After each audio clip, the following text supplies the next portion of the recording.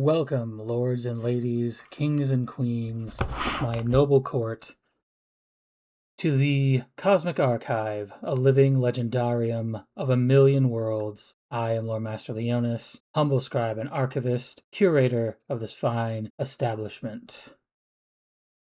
I've not used that entire intro in a while, but I think for this video it is quite appropriate. Today we're going to be reacting to A Million Amelias by Skybrows. This is the video prior to Skybrows. Before I get started, I just want to preface that while I am tangentially aware of the political issues happening in the UK at present, I'm not really completely up to date. I'm aware that the British and the English in particular are protesting quite fervently against the over immigration of, if I'm correct, primarily Pakistani immigrants to the United Kingdom. That may not be entirely correct. Feel free to correct me if I am wrong. And there are some pretty severe culture clashes happening between the two groups of people. And the core of that being, let's say, opinions about the appropriate measures for choosing your partners. And the British, I think, in many ways, quite righteously, feel that their government should properly represent them and either enforce British morality and rules or to remove the Pakistanis so that this particular issue does not continue to be a problem. I believe that should be a relatively good overview of the political situation in the UK right now. I am not up to date on all of the specifics or nuances of each individual thing, so I apologize if I misrepresented any portion of that. This video was made by Skybrows as sort of almost like a political cartoon and commentary on the situation and how many people in Britain feel about it. More specifically, the British government created a game called Pathways, which I have not played.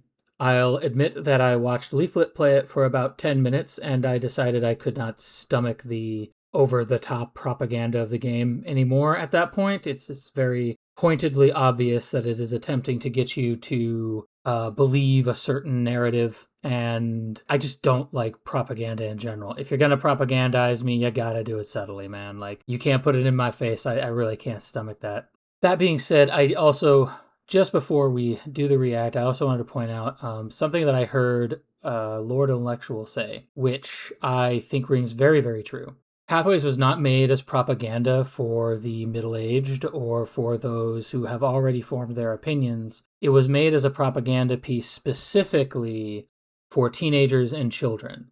And the idea is that they're much more receptive to new concepts, new ideas, and they are much more fearful of not being accepted by their peers. So it is a proven tactic that works on younger folk, and there's nothing against the younger folk there. They just haven't been alive as long. They don't have as strong a pattern recognition as a full-fledged adult, and they're not their concerns are a little different. As adults, we kind of concern ourselves with building a place for ourselves or finding a place for ourselves in the world. We're more focused on creation than finding in most cases, I think. And then children kind of are finding their niche, their clique, their group of people that they're going to be with and that who is going to accept them for who they are. And so I think the priorities are very different.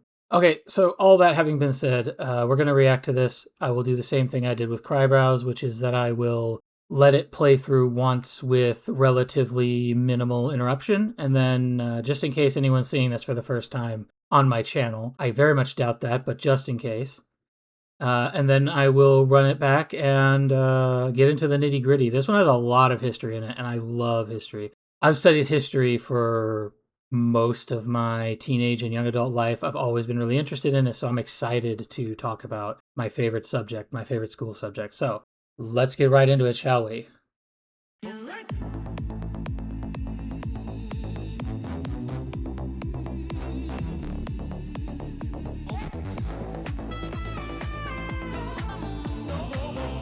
Such a bop. British not skittish, my jolly good chap. British not skittish and done with this crap. British not skittish, break the noise from the nap to take you. For your skull a good rap, raise your pint lads in the back street. Pub below, flashing purple threads, dystopic window. The goal they created. Ah, this is what he meant by a scene from Amelia.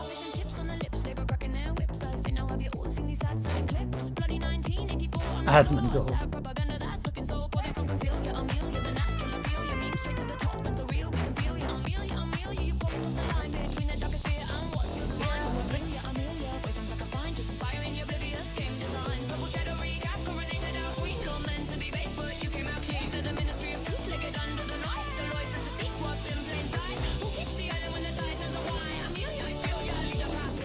Boys will run from a thunderclap. British not skittish and done with this crap. Kaya again.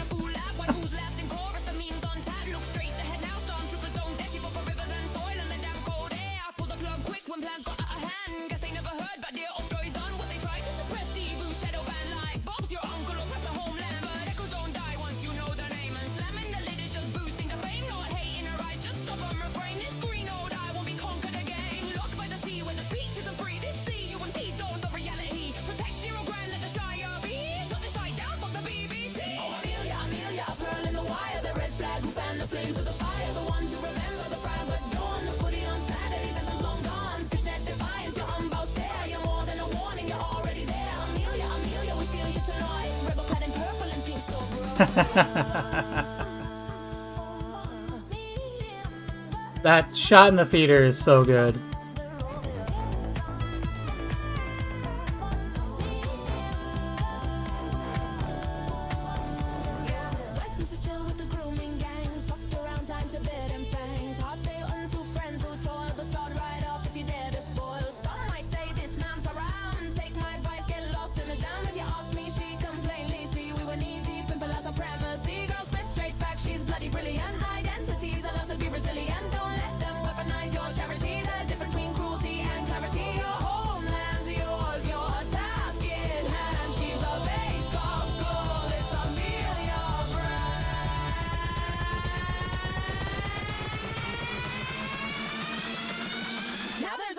Amelias.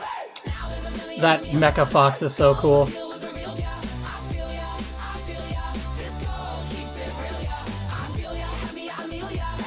Daleks.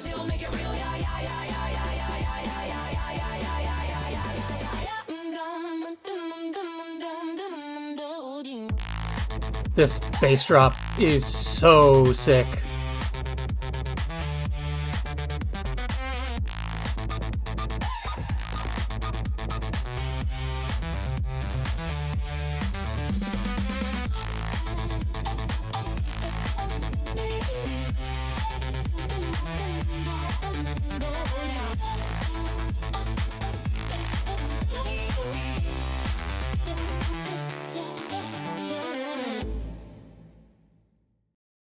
I've learned recently that this little chubby character he has in his videos is supposed to be J.D. Vance when he was much younger. I did not know that when I was watching Skybrows, by the way. I didn't know that's who that was. This is, another banger. Very, very well done by Skybrows once again. There's a lot. This is videos, 3-something minutes long? 3.5-ish minutes long? And bro has stuffed a lot into it. A lot. It's quite a bop, but there's a lot to talk about, so I'm going to go ahead and let it play again and pause it at different points that I want to mention. By the way, right off the rip, this design is not what she looks like in Pathways. A lot of people took her to be sort of a goth character. I didn't really get that feel from her design. She was kind of maybe a little anti-culture, or that's not really a counterculture, but I didn't really get the idea that she was like a goth, per se. But I do like this design with all the spikes. It's very cool looking.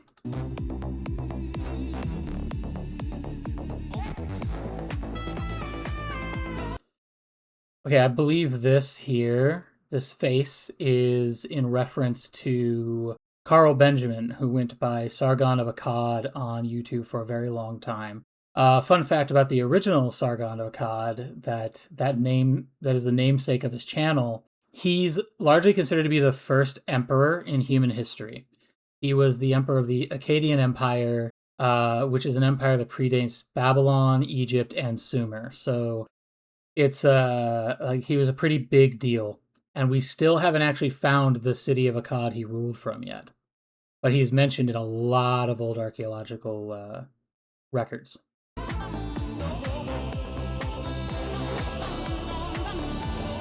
British not skittish, my jolly good chap. British not skittish, and done with this crap. British not skittish, break the nights from the nap. Okay, so two things I like here. British, not skittish. I like that a lot because people forget that over the last several decades, at least, probably my entire life, the British have had this stereotype of being the very polite people who don't want to hurt anybody's feelings. Like, they can be blunt at times when they feel the need to. They have a backbone, which was not really the stereotype Canada had, but they're polite like Canada. They just have the stereotype was like Canada was like polite, but you could roll over them. They didn't really have a backbone. Britain was polite, but they did have a backbone. You had to at least respect them a little bit.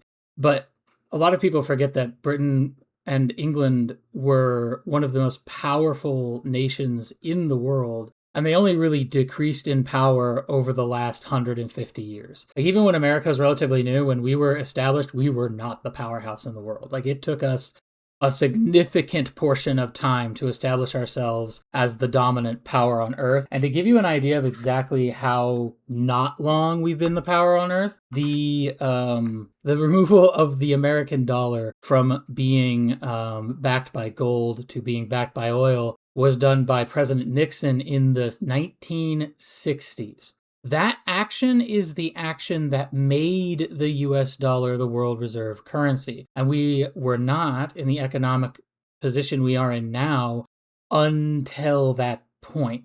So we haven't really been the top dog of the world. I would say probably militarily, we have been since World War II. Prior to that, I don't think anyone thought of America as the top military power in the world. Even during World War One, I think most people considered the European powers, probably the Central Powers, the greatest military powers on Earth. We haven't been top dog all that long. And before us, the top dogs were it would have to either be Germany or Britain. And I think Britain probably comes out on top because realistically, every time Germany's tried to fight Britain, they've lost. So people forget about that. You haven't been a polite nation of kind people. I mean, you've been kind for plenty of time, but you haven't been the nice people for all that long. And it's fascinating to see them standing up and saying, no, no, no, we've always had a backbone and you're not going to walk over us. Another thing I think is important here is wake the knights from their nap. I don't know if Skybrows did this on purpose, if he's aware of this or not.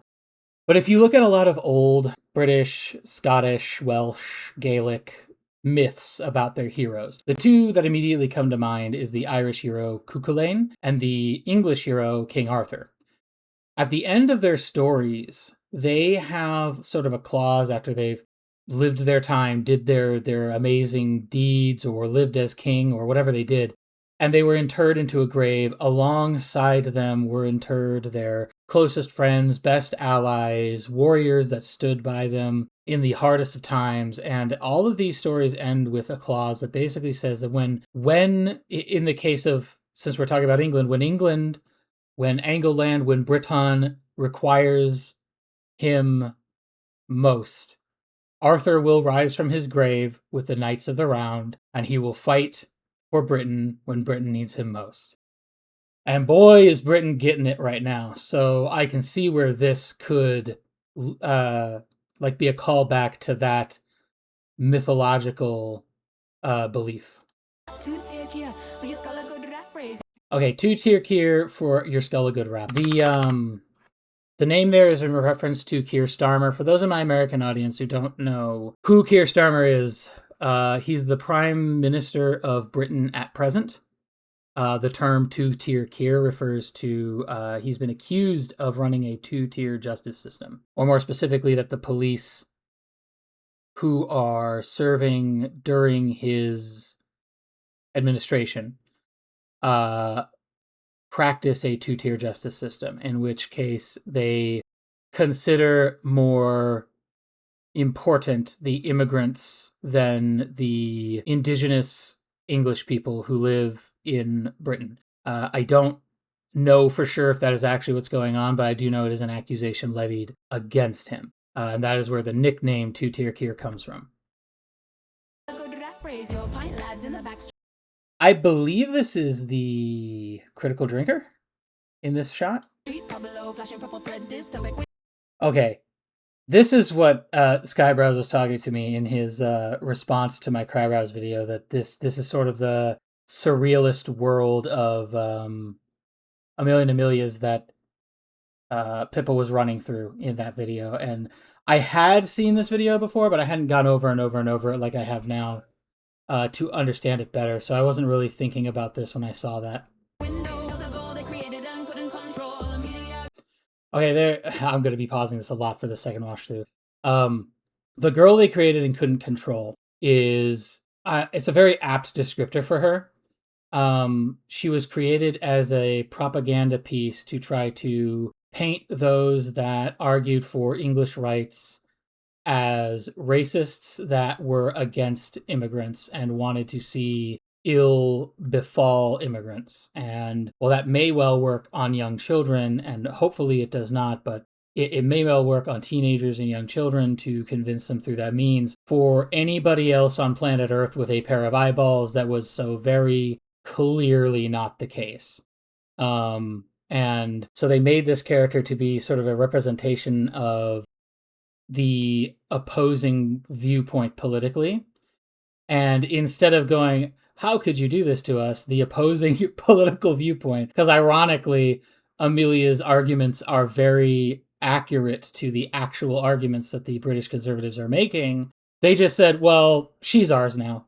Like, we don't really care what you meant for her. She's ours now. She definitely represents the same things that we do. And you, to your own detriment, have properly expressed our opinions through this character. And now we're going to use her as a rallying cry, as a mascot to sort of rally around for our own purposes.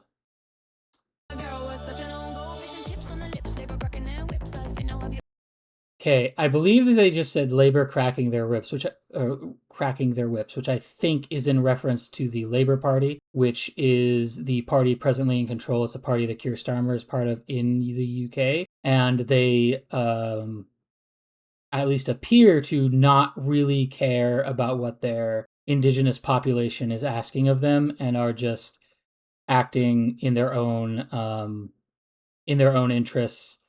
And just very blatantly not for the people. Asmongold, of course, with his pile of Dr. Pepper. Now, I've been told that this gentleman here is someone who used to work with Alex Jones. I don't remember his name, but I've been told that he used to work with Alex Jones, and he also kind of is in that sort of crazy conspiracy theory sphere of folks. I say conspiracy theory, but how many of Alex Jones' predictions came true? Yeesh.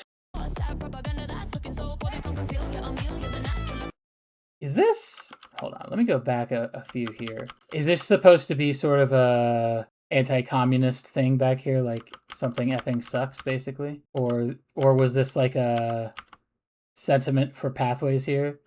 The propaganda, because it's talking about propaganda. I don't know for sure what this is, but the red star makes me think of like Russian communist propaganda.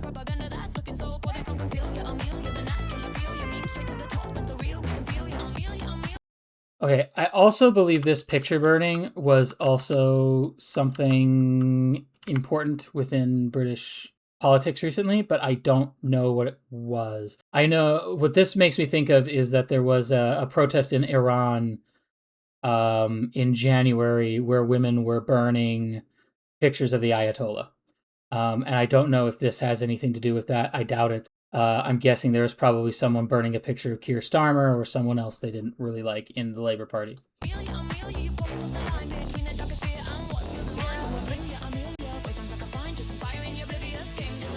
So I do have to push back on this. Inspiringly oblivious game design. I don't think they were oblivious. Again, I think that propaganda was very much pushed for younger people. They were fully aware that people like you and me are not going to buy into this, and they were actively trying to target a younger audience and get them on their side before they grew up to a point where they come to their own conclusions.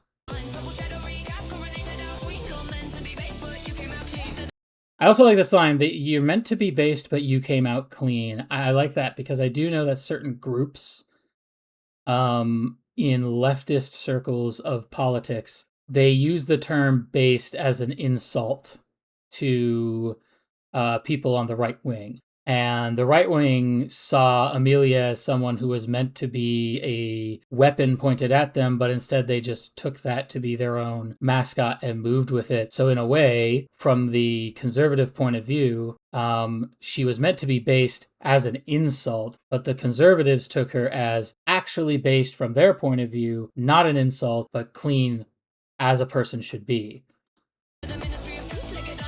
This animation style here reminds me of the old Esurance commercials, and I do think the spy girl from the Esurance commercials, if I remember correctly, she was supposed to be like an MI6 agent, and she had a British accent. I might be wrong about that. I haven't actually watched those commercials in a long time, but this is what it evokes in my thought.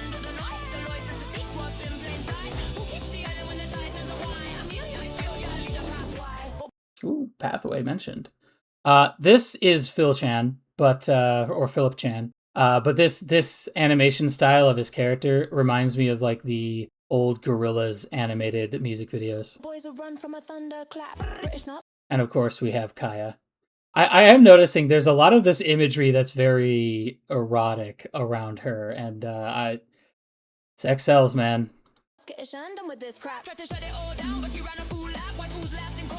So this is Leaflet Matusha, I believe is how her last name is pronounced. Sorry if I did that wrong. She's I was watching her stuff when she had like 300 or 400 people watching her. Ever since Asmongold has noticed her, I would say she's really like popped off, and she's become a very big voice in the VTubing community for the conservative values and the conservative views. If you don't know her, that's who she is. She's definitely a more well-known, bigger name, and she gets a lot of crap from people on the left. This is her friend, Rana, who often collabs with her to play video games. I don't know if Rana's done anything political, but if she hasn't, don't push her to. Like, she has tons of fun just playing games with her friends, and it's fine if it just stays like that.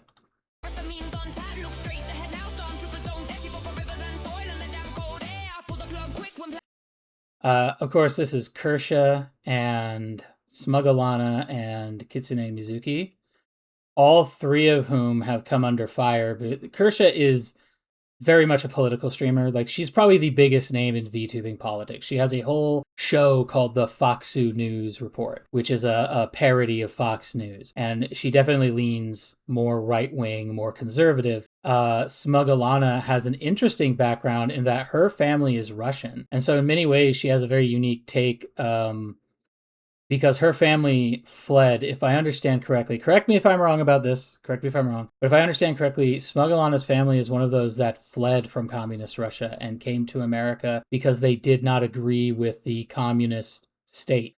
And Kitsune Mizuki, if I am correct, currently lives in Brazil and suffers from the fact that she does not have free speech there, and her sort of donation system is donating for her to leave Brazil so she does not have to deal with the harsh speech laws there. She oftentimes has to bite her tongue on an issue because she can't actually say what she thinks, because the government in Brazil will actually punish her for that.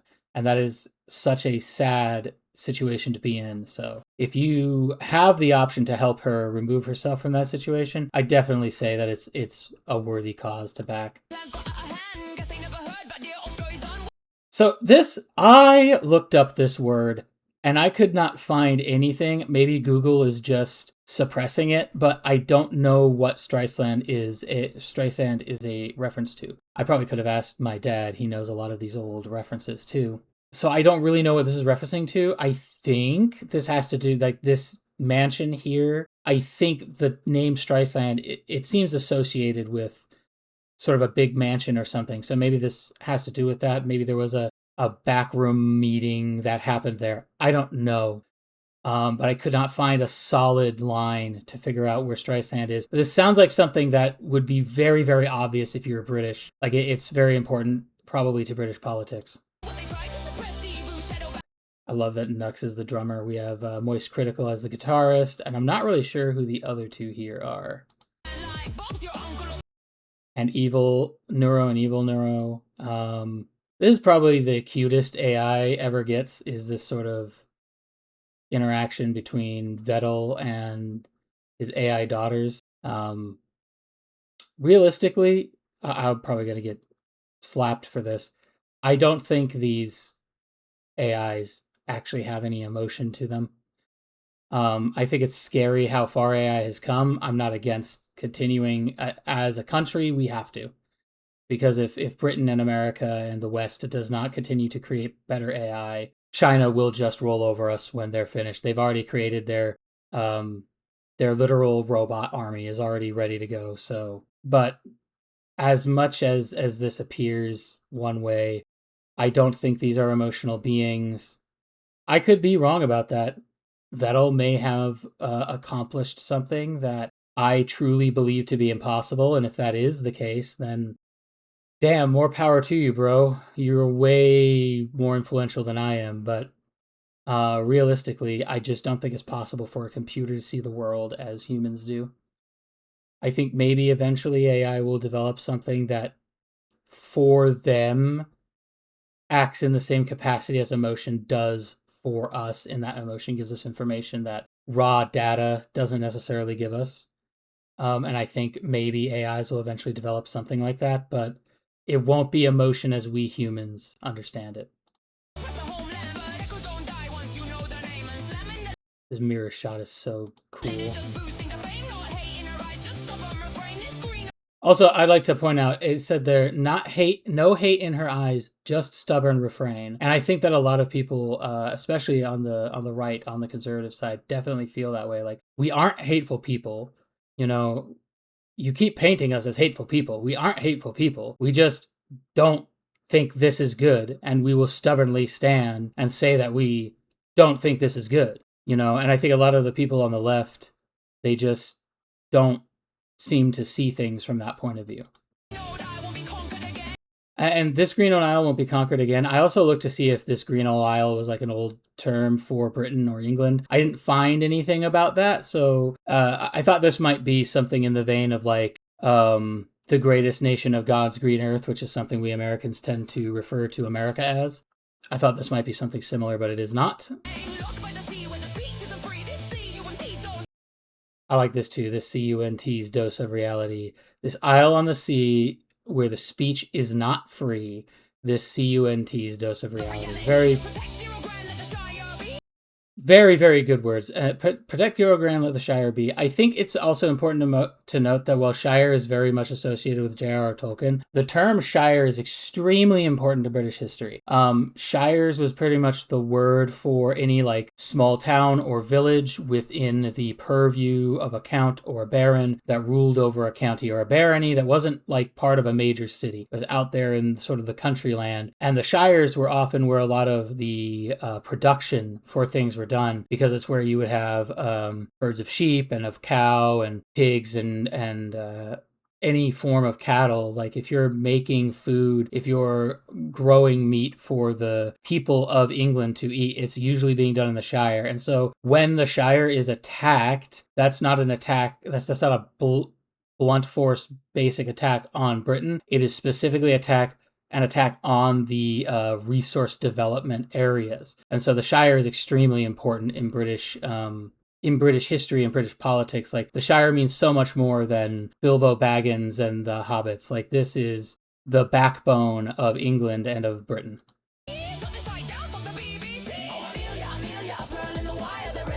I like the name. I like A Pearl in the Wire, but I don't know if that has a grander meaning or not.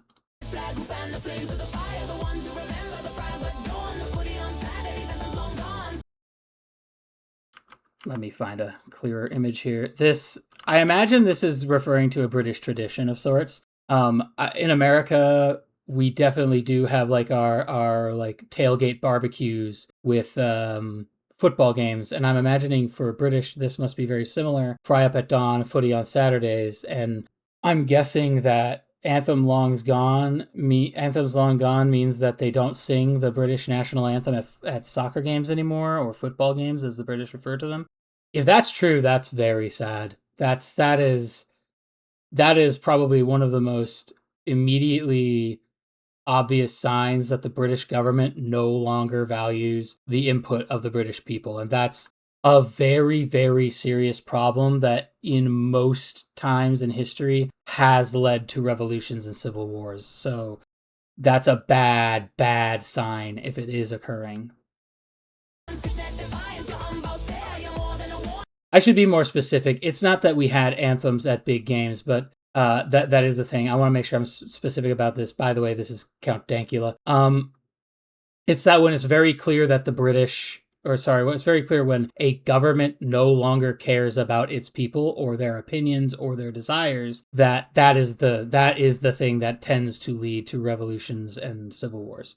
I know Count Dankula is known for teaching his dog to do a Nazi salute. I don't know anything else about Count Dankula. I guess he must be British. But I was never involved in this circle of people who like watch his content or anything.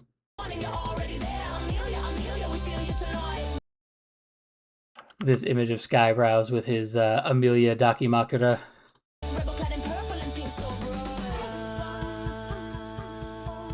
I don't know who this is. This, man, I'm going to see if I could figure out who a lot of these are.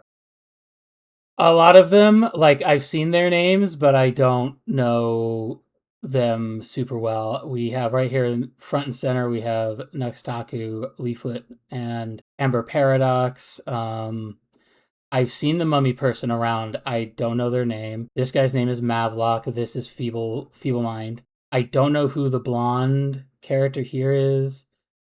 This one I'm having trouble remembering his name. He was also in the Skybrows video. This is Underworld Fox. This is Gaming Syndicate, which is barely visible because of his gas mask things here. I don't know who Pokemon Wolf Earman is. This is a bug VTuber of some kind. The shape of the antenna makes me think of Matarakan, but it's the wrong colors, I think, for Matarakan. So I reckon it's someone else. I remember seeing this one and this one in the Skybrows video, and I still don't know their names. I'm sorry. I think this one's probably supposed to be Kirsch. And I'm not sure who the rest of the people in this line is. This looks kind of like that one bunny VTuber, Pecora. Is that her name? Pecora? We have Waldo, and then this is probably just more generic cat and bunny-eared people. We have...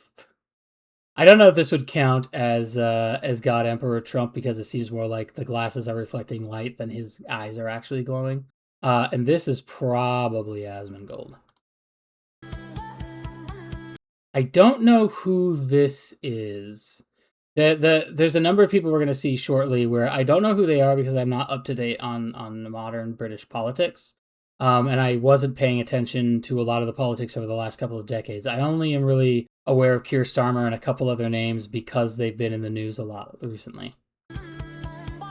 Like this guy, if I understand correctly, this guy is sort of the leader of the new counterculture pushback party. I'm not sure if it's a new party or if he's just taking over the more conservative, from my American perspective, the more conservative party in Britain. I'm not sure, but I'm pretty sure this is who this guy is. I don't remember his name, but I know that a lot of people back him up. I have no idea who this guy is. Nice upskirt. So this, there was a video I remember seeing of one of these gentlemen being pulled aside after he had the cops called on them, and he just kept saying, "I've done nothing wrong, I've done nothing wrong, I've done nothing wrong, why are you doing this to me, why are you hurting me, I've done nothing wrong." I don't know the context around that video, so I'm not going to speak on whether anything happened. The story on the conservative side of the news was that he had attempted to kidnap, I think, a little girl for his own purposes. This guy looks the most like the guy I'm thinking of, but I don't know for sure if any of this is in specific to a particular individual.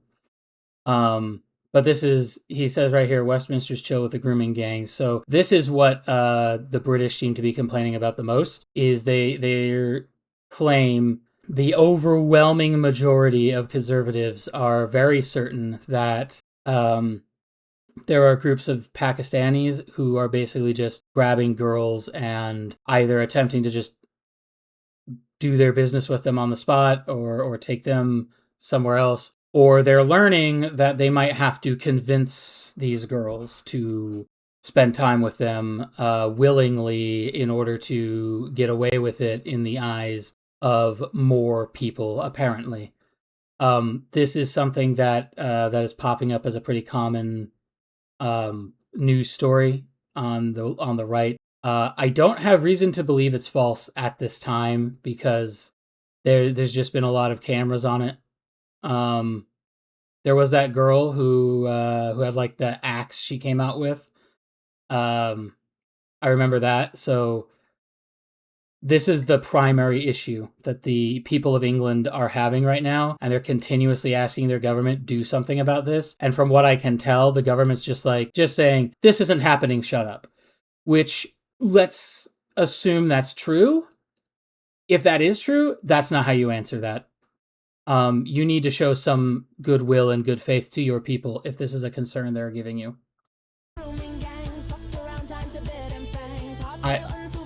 Why did it not pause there? This few frames back here, this is such a cool design. I love this.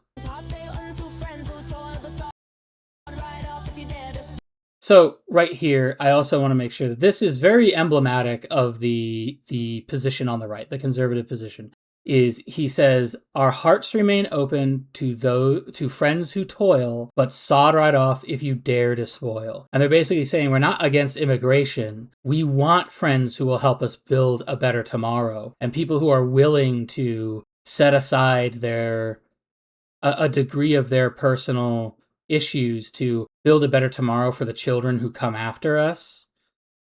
We are open to them and we welcome them among us. However, those that come here to plunder and take from what we have worked hard and bled and sweat to build, get out of here. Go away. We don't want you here. This is very much the sentiment on the conservative side of politics right now. And in many ways, I do agree with the sentiment. I think there's been too lax a position on immigration.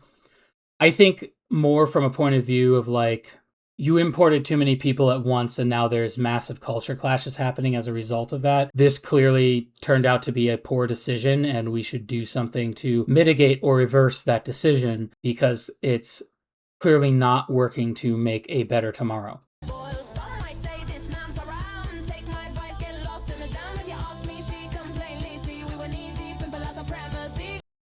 So here we have, he says, we were knee-deep in polite supremacy. This goes back to my assertion earlier that for the last several decades, Britain has been seen as sort of the relatively nice, polite people. They don't really want to hurt anyone's feelings. And so they're just generally polite. And they have sat here in politeness for a long time. And this is the first time we've seen for some time now that Britain is standing up and saying, no, we're done being polite about this. Give us our damn country back. This is hilarious. I do remember this has to do with a meme, but just the idea of Harry Potter casting a spell to make gas more expensive called expensive petroleum, that is just hilarious. That's important too. Identity is allowed to be resilient. It's like you're allowed to identify as a person of your country. I am a proud American, and I identify as an American. I'm proud to be an American. And so, like, I see no reason why someone who is English or British should not be allowed to be proud of being English or British. Like, be patriotic for your own country. That's very important. If you can't build a sense of patriotism among your people, your nation is doomed. That's a terrible position to be in. So it also says here, I'm pausing so often because a lot of these things are just, he's saying stuff over and over and over again that they're very emblematic of the conservative and the moderate position as well. So I keep bringing up conservatives. There's a moderate position there that tries very hard to stay in the middle. I generally would prefer to be in the middle myself. And even I'm like, dude, this is a problem. We have to stop this. You cannot keep doing this. Even though I'm not all the way over on the right, agreeing with a lot of the frankly quite racist takes on the far right, and I can't bring myself to agree with them. At the end of the day, the major problem here, and I'll keep saying this over and over again, isn't like the individual little issues that people bring up, but the fact that the government of the UK does not seem to care what the people of the UK want or what the people of the UK think. That's a really dangerous disconnect to have. And she says, don't let them weaponize your charity. And there's a difference between cruelty and clarity. It's not cruelty to say there's too many people coming in. We are clearly not prepared infrastructurally or culturally to handle this deluge. We need to return a number of them. We need to re-evaluate what we're actually able to handle. And unlike America, where I live, where we have a massive continent to work with space-wise, Britain does not have that option. Britain is a very small island. They do not have room for people like America has room for people. You can't make a case the same as you could make for the United States. Like, you have all this continental space. You know, what do you mean you can't allow a few more million people in? You know, you could make that argument. I still think it's a very bad argument, but I argue that at least it has a foot in some level of logic, whereas you can't really make that argument for Britain. They are a tiny island. Where's the space for all these new people you're importing? I really want to make this the thumbnail for this video. Your homeland's yours is also very important. Another thing that's, again, I don't think is a very good argument, but it's brought up in America a lot, is you live on stolen land. You stole the land from the natives who lived here. You cannot make that argument in England. This is something else I wanted to bring up, which is that the indigenous white people, and because Britain and Europe in general is the indigenous home of white people, and in many cases, the indigenous white people are being treated as a external colonial people in their own homeland. That is a big problem. That is a huge problem. This is not a way that any government should conduct themselves regarding their people. And it's completely unacceptable as a place to stand your feet on. The English don't have a leader that is willing to stand on the statement of Britain first in this case. That older gentleman I mentioned earlier, I think he's kind of becoming that now. I've seen him pop up occasionally, but for a long time now, the British have not had, I keep saying Britons like I live in the 1200s. They did not have a leader to do that with.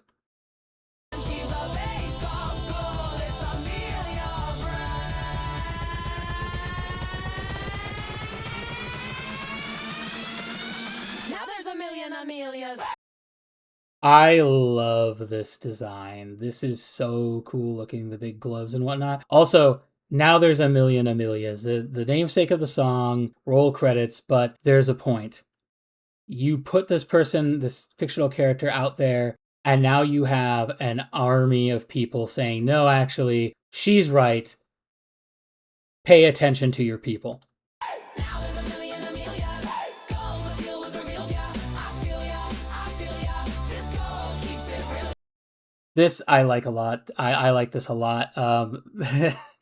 This says this gull, and I imagine this is supposed to be a seagull, but it is reminiscent of sort of a bald eagle of sorts. I don't think it is one though. I do want to point it out though that I could see this being an eagle, just like America looking at what Britain's doing and just sitting here as the DJ and watching it and not actually maybe directly getting involved in it. But I do want to say in reference to that, like, as an American looking at Britain and seeing Britain as sort of the father culture to the culture I grew up in, there's sort of a sentiment that, like, Pa's been sitting on the couch and just letting people scam him. And from America, we're kind of going, come on, Pa, you can't keep letting people take advantage of you like this. And as we'll see shortly as well, I think Pa's standing up, and there's a degree to which I'm like, yeah, Pa, go get him. This is from Abbey Road. These are Daleks, and as you can see, popping up at the back here is Doctor Who. This is very much a British TV show, and probably one of, I would argue, probably one of the biggest triumphs of British TV, because this show is super popular everywhere. Usually the US sort of dominates TV and movie markets, but Doctor Who really did give the US a run for their money on creativity and box office results. No one expects the Spanish Inquisition in a video about England.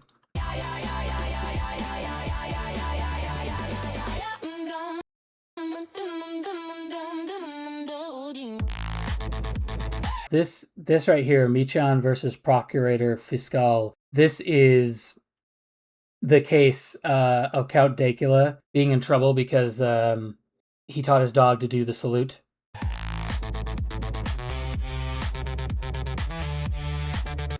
I think this is supposed to be the Prime Minister of Britain in World War II, Winston Churchill. I think this is supposed to be Winston Churchill, but there are specific details on this face that make me think it might not be Winston Churchill.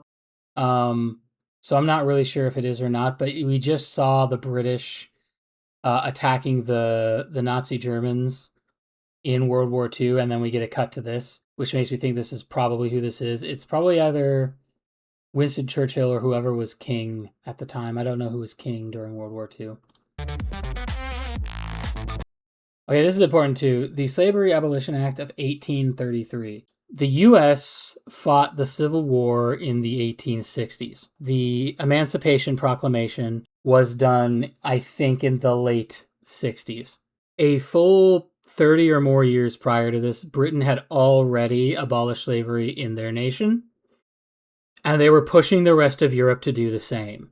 So this, by the way, this is important here, an act for the abolition of slavery throughout the British colonies. So this was more than just Great Britain itself, but Canada, Australia, any place where Britain had a powerful foothold was no longer allowed to have slavery. And the British were the ones who started this trend. And sadly, I have to admit that the Americans were the ones who were the last to step on that boat. This is actually really, really important. So I'm going to go here until we get a better shot here. This picture is the signing of the Magna Carta. For people in America, a lot of us don't know this because we don't teach this in school. The signing of the Magna Carta, this is King John of England. He is the successor for King Richard I, more well known as King Richard the Lionhearted, who led the First Crusade.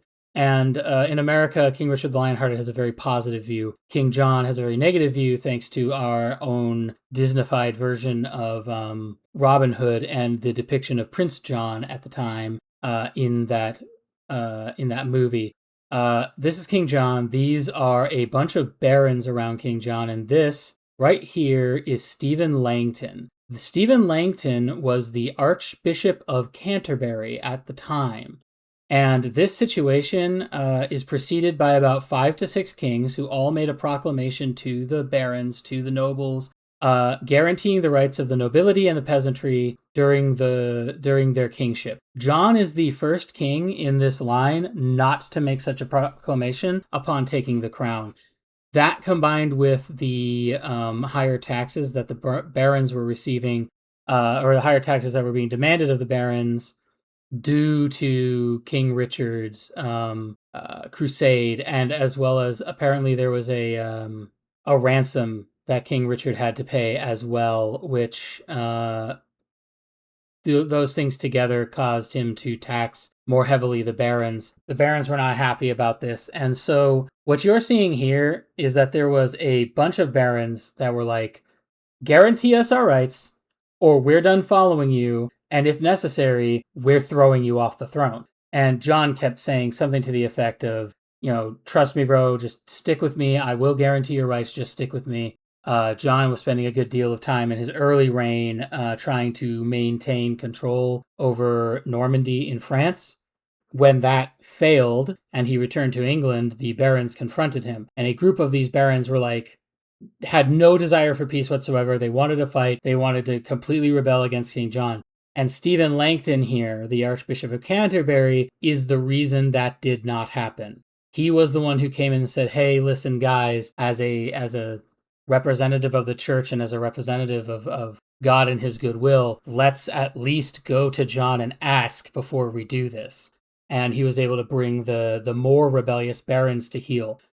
The reason, by the way, that the barons were mad, it wasn't just we have to pay higher taxes. The actual written out documentation shows that the barons were concerned, like the letters you can read, the barons were concerned with when you put higher tax on a baron, you then make that baron put higher tax on the people in the shires that he rules. And they're going, I don't have more tax I can ask from the people in the shires. You have to understand the peasantry on individual levels, they don't make a lot of money. I can only tax them so much, my king. And if you're going to push, as we suspect you will, to increase tax again, if I overtax my people, they're going to rebel against me. And I'm going to take the side of them, not the side of you, the king.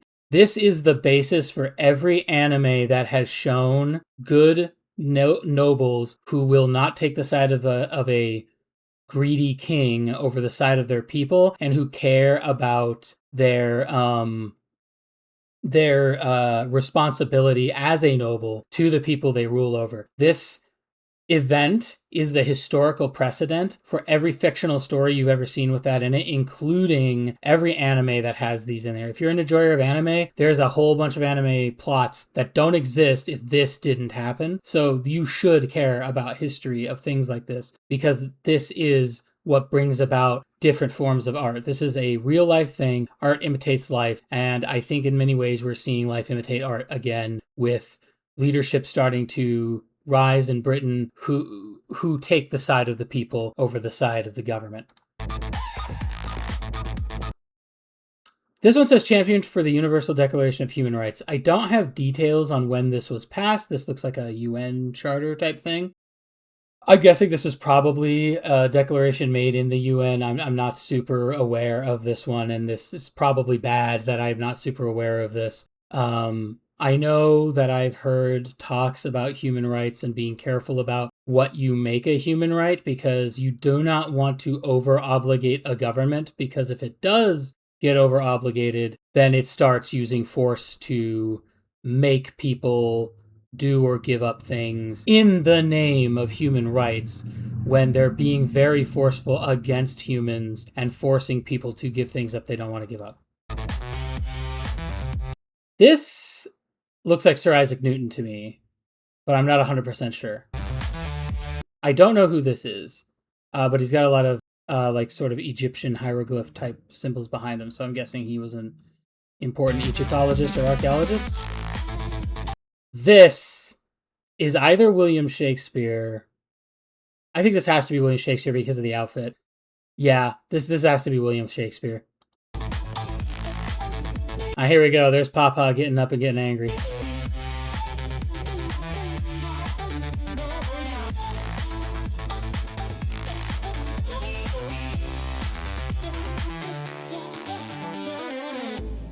I actually don't know who this is, but again, I mentioned this is JD Vance, and this is the first appearance of the expensive RAM. All the AIs are causing the price of RAM to skyrocket. So I have yapped for over an hour, and I think that I probably said everything I want to say. So I think I'll end it here, my curious scholars. Until next time.